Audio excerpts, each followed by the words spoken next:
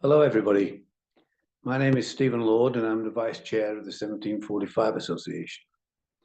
I've got a talk for you today, which is called A Ramble Around James Gibbs.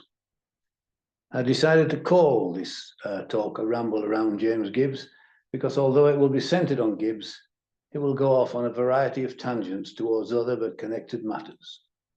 So, who was James Gibbs and how was he involved in the Jacobite cause, if indeed he was so involved at all? Gibbs was an architect, and a pretty good one at that. For reasons we'll explore shortly, he's been forgotten to some extent, and that may be partly because he was not as prolific and so well known as Sir Christopher Wren, who died at the age of 90 in 1723, 31 years before the death of Gibbs. Wren was involved in the design of 52 London churches, as well as many other significant buildings, including Tom Tower at Christchurch and the Sheldonian Theatre, both in my hometown of Oxford.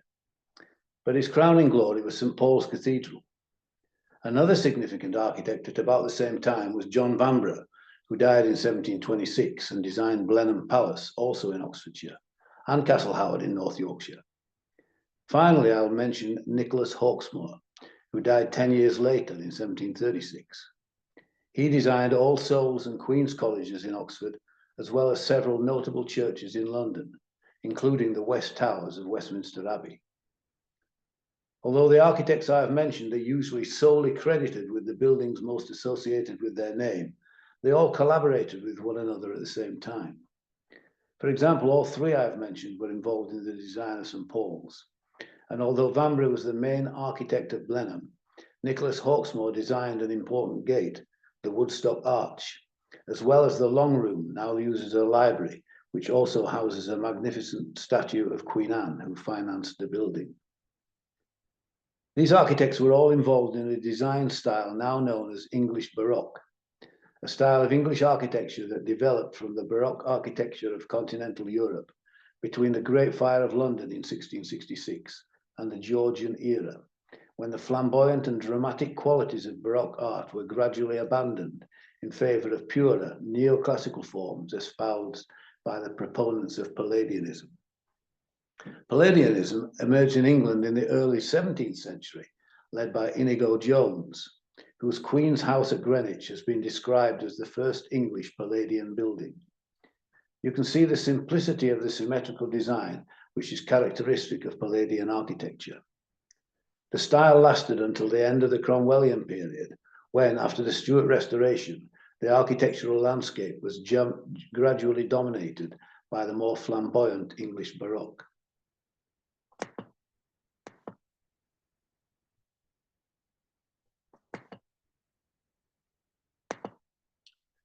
So here we have a photograph of the Queen's House at Greenwich. The Queen's House is a former royal residence built between 1616 and 1635 near Greenwich Palace, a few miles downriver from the City of London. It presently forms the central focus of the old Royal Naval College, with a grand vista leading to the River Thames. The house was built for Anne of Denmark, the Queen of King James VI and I, and is one of the most important buildings in British architectural history, being the first consciously classical building to have been constructed in the country. It was Jones's first major commission after returning from his 1613 to 1615 grand tour of Roman Renaissance and Palladian architecture in Italy. Andrea Palladio, after whom Palladianism is named, lived between 1508 and 1580, well before Wren, Hawksmoor, Vanbrugh, and Gibbs. Palladio adhered to the principles of classical Roman architecture, which was based on simplicity and mathematical proportions. James Gibbs, who continued to work for years after the deaths of Wren, Vanbrugh, and Hawksmoor, began his career favouring the Baroque style and developed that into English Baroque, sometimes called the neoclassical style, and eventually moved away from the Baroque style and began to favour Palladianism. So let's go back to Gibbs. He was born on the 23rd of December 1682 into a Roman Catholic family in Aberdeen and became one of Britain's most influential architects. In 1700, he went to live in Holland with relatives after the death of his parents and from there he travelled to Rome, and in 1703 registered at the Scots College to study for the priesthood. However, by late 1704, he had changed his mind and began to train as an architect under Carlo Fontana, an exponent of the Baroque style of architecture. One of Carlo Fontana's claim to Jacobite fame is that he designed the interior of Santa Dodici Apostoli, the Church of the 12 Holy Apostles, in which Clementina Sobieska, the wife of James Francis Edward Stuart and the mother of Prince Charles Edward, worshipped, the church being across the square from the Palazzo del Re where the family lived. On a pier on the right-hand side of the nave, the heart of Clementina is enshrined. And you can see what he says there. Here rests the Praecordia of Clementina, for the heart heavenly love did not allow to survive. To Maria Clementina, Queen of Great Britain, etc., the Friars Minor Conventual reverently placed this. By 1709, Gibbs had returned to Britain and was employed by his friend John Erskine, Earl of Mar, and obtained a sinecure commission in the garrison of Stirling Castle. Mar, of course, was a leading figure in the Jacobite Rising of 1715. But despite being a Scot, Gibbs practiced mainly in England, and one of his early commissions was the redesign of Mar's house in Whitehall. Mar introduced Gibbs to Robert Harley, the first Earl of Oxford, and through him, and with the approval of Sir Christopher Wren, Gibbs was appointed as one of the 2 surveyors of the commission to build 50 new churches in London, which was set up in 1711. The other surveyor appointed was Nicholas Hawksmoor. Despite its grand ambitions, the commission failed in its task of achieving the building of 50 churches, with only 12 churches being completed, plus another half dozen which were subsidised from commission funds. The only church in the project designed by Gibbs was the great church of St Mary le Strand, which we will come to later. Because he'd studied under Fontana, Gibbs' early work had a somewhat removed relationship to the Palladian movement, which came to dominate English architecture during his career. As earlier mentioned, the Palladians approved of the style of Andrea Palladio, whose work embodies clear design, free of the pomp and circumstance of the lavish Baroque Roman Catholic style that came before. The Palladian style was well suited for 18th century Protestant Britain. Advocates of the style were largely Whigs, who were mostly Protestants and so supported the Hanoverian succession. They were led by Lord Burlington and Colin Campbell, a Scot who developed an intense rivalry with Gibbs. Richard Boyle, the 3rd Earl of Burlington, was a Jacobite sympathiser during his youth. However, after the failing of the Rising of 1715, his interest in Jacobitism declined, and he became increasingly interested in architecture. Burlington undertook 3 grand tours between 1714 and 1719, and his experiences so confirmed his preference for the Palladian style that he dismissed the architect appointed for the improvements in design for Burlington House in central London in favour of Colin Campbell, an exponent of the Palladian style. The dismissed architect was James Gibbs, who at this time still favoured the Baroque style. By the 1730s, the Palladian style was widely favoured, and Roman Catholic Tory Gibbs was definitely out of fashion, although it may well be argued that displeasure with his work was stimulated more by political prejudice than by his preferred architectural style. The Earl of Burlington designed his own residence, Chiswick House in West London, which was completed in 1729 in a decidedly Whig-approving Palladian style. Despite this, the house contains many examples of Jacobite iconography and numerous portraits of the Stuarts and their supporters, indicating a residual sympathy with the Jacobite cause. This was made clear to members of the 1745 Association by Mr. Ricky Pound, who was our guide to the house during our annual gathering in London in 2017. Despite being somewhat out of favour, Gibbs had many friends amongst the Tory elite, and so we will take a look at Gibbs' style by examining a few of his most famous buildings. The first is the Senate House at Cambridge University. This building was originally used by the Senate, or governing body of the university. It is now used for graduation ceremonies. The Senate House was built between 1722 and 1730 in the distinctive neoclassical style which bridged between the Baroque and the Palladian styles, using stone from Portland in Dorset. It was intended to be one side of a quadrangle. However, the other planned structures were never completed. It is nonetheless a Grade 1 listed building. Next, we have the Radcliffe Camera, which is a building of Oxford University, designed by James Gibbs and built between 1737 and 1749 to house the Radcliffe Science Library. The library's construction and maintenance was funded from the estate of John Radcliffe, a physician who left £40,000 upon his death in 1714. Today, Oxford's teaching hospital bears Radcliffe's name and is usually referred to as the JR. If you look at the painting in the centre of the slide there, of James Gibbs, the Radcliffe Camera can be seen as a ghostly image on the right-hand side. Last, we have St Martin in the Fields, an Anglican church at the northeast corner of Trafalgar Square. It's dedicated to St Martin of Tours. There's been a church on the site since at least the medieval period. There are no longer fields in the area, of course, but at the time of construction there were fields. It'd been outside the London Wall. It became a principal parish church west of the Old City in the early modern period as Westminster's population grew.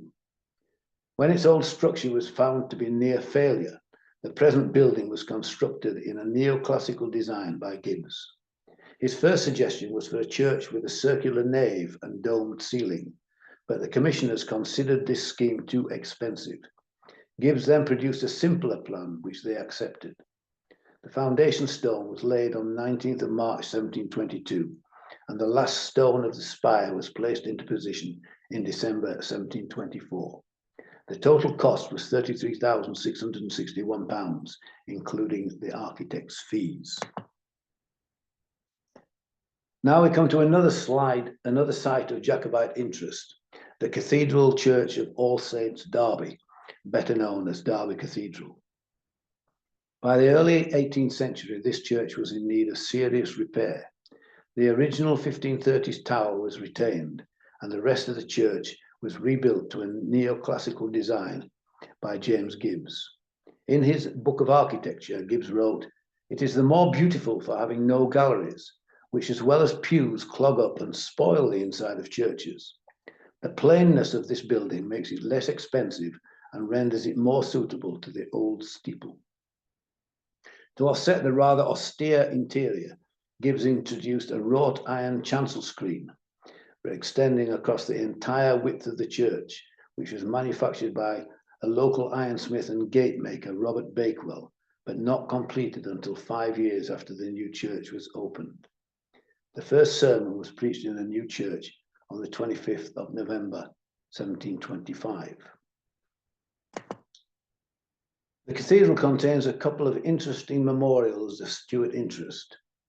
The first is a memorial to Elizabeth Cavendish, later Elizabeth Talbot, Countess of Shrewsbury, better known as Bess of Hardwick Hall in Derbyshire. She was a notable figure of Elizabethan English society. Through a series of well-made marriages, she rose to the highest levels of English nobility and became enormously wealthy.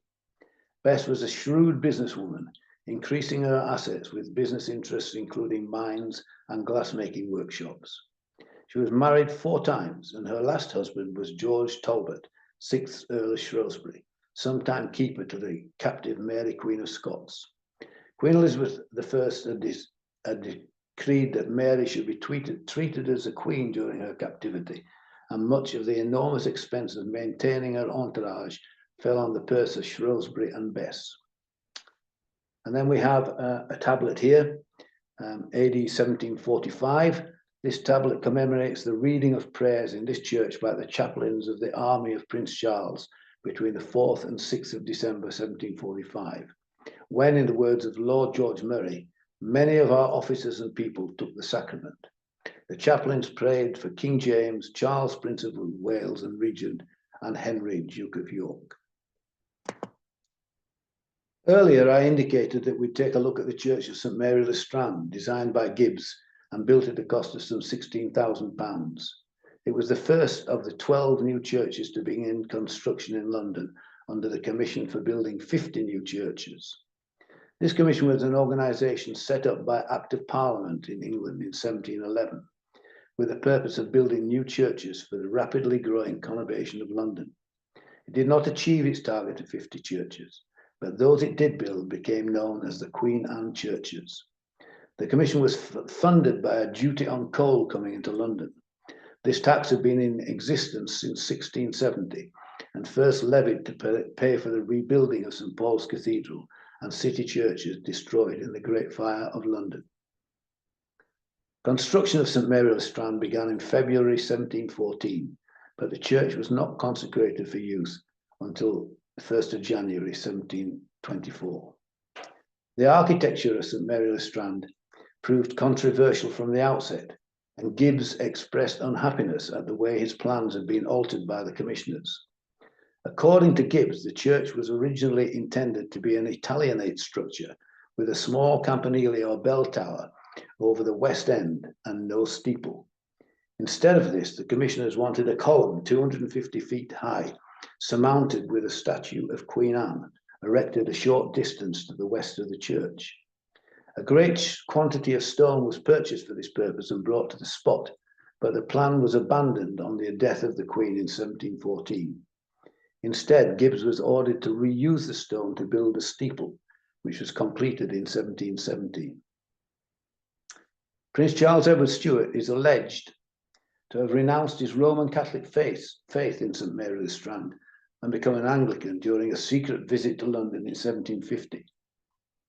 However, from contemporary evidence, the historian Victoria Thorpe has recently deduced that the actual church used was a chapel in Gray's Inn Lane. This church has long since been demolished. A couple of interesting facts, that John Dickens and Elizabeth Barrow, the parents of Charles Dickens, were married in St Mary le Strand in 1809. The church narrowly escaped destruction twice during the 20th century. At the start of the century, the London County Council proposed to demolish the church to widen the Strand. Fortunately, a campaign succeeded in averting this, although the graveyard was obliterated and the graves moved to Brookwood Cemetery in Surrey. The London Blitz of the Second World War caused much damage to the surrounding areas, but again the church avoided destruction, although it did suffer damage from a nearby bomb explosion. And I'm just going to go off tangent and read you what I consider is a very nice poem written by Sir John Betjeman about the church. It's simply called St Mary le Strand, and it features James Gibbs in the text. St Mary le Strand by John Betjeman. Shall we give Gibbs the go-by? Great Gibbs of Aberdeen, who gave the town of Cambridge its Senate House serene. And every son of Oxford can recognise his home when he sees upon the skyline the Radcliffe's mothering dome. Placid above the chimney pots, his sculptured steeples soar. Windowless he designs his walls above the traffic's roar. Whenever you put stone on stone, you edified the scene. Your chaste Baroque was on its own, great Gibbs of Aberdeen. A Tory and a Catholic, there's nothing quite so grand as the Baroque of your chapel of St Mary in the Strand. Well, now we will move on to another interesting article of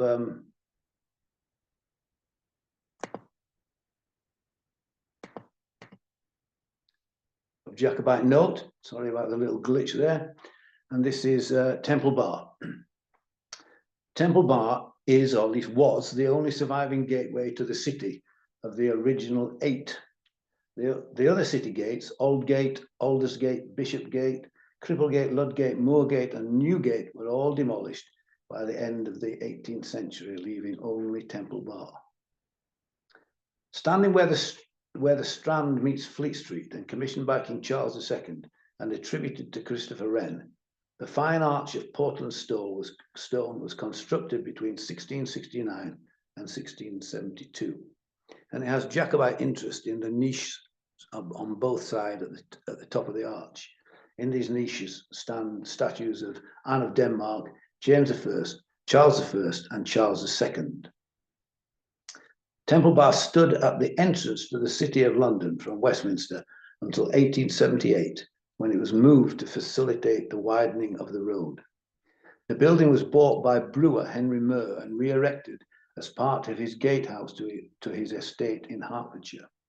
In 1984, Temple Bar was bought from the Murr Trust for £1 and rebuilt in its present location of Paternoster Square, just behind St Paul's Cathedral, in 2004. The connection between Temple Bar and the Jacobite cause is that the structure was used to display the heads of executed men, notably Francis Townley, who was colonel of the Manchester Regiment, and George Fletcher, a captain in the same regiment. On the right-hand side of the slide, you can see a contemporary poster which reads, "Executed at Kennington Common, July the 30th, exposed on Temple Bar, August the 2nd, 1746. And at the top, you can see the devil holding a banner, which reads, "A crown or a grave." And in the lower margin, 8 lines of verse, warning of the consequences of rebelling against the government and monarch.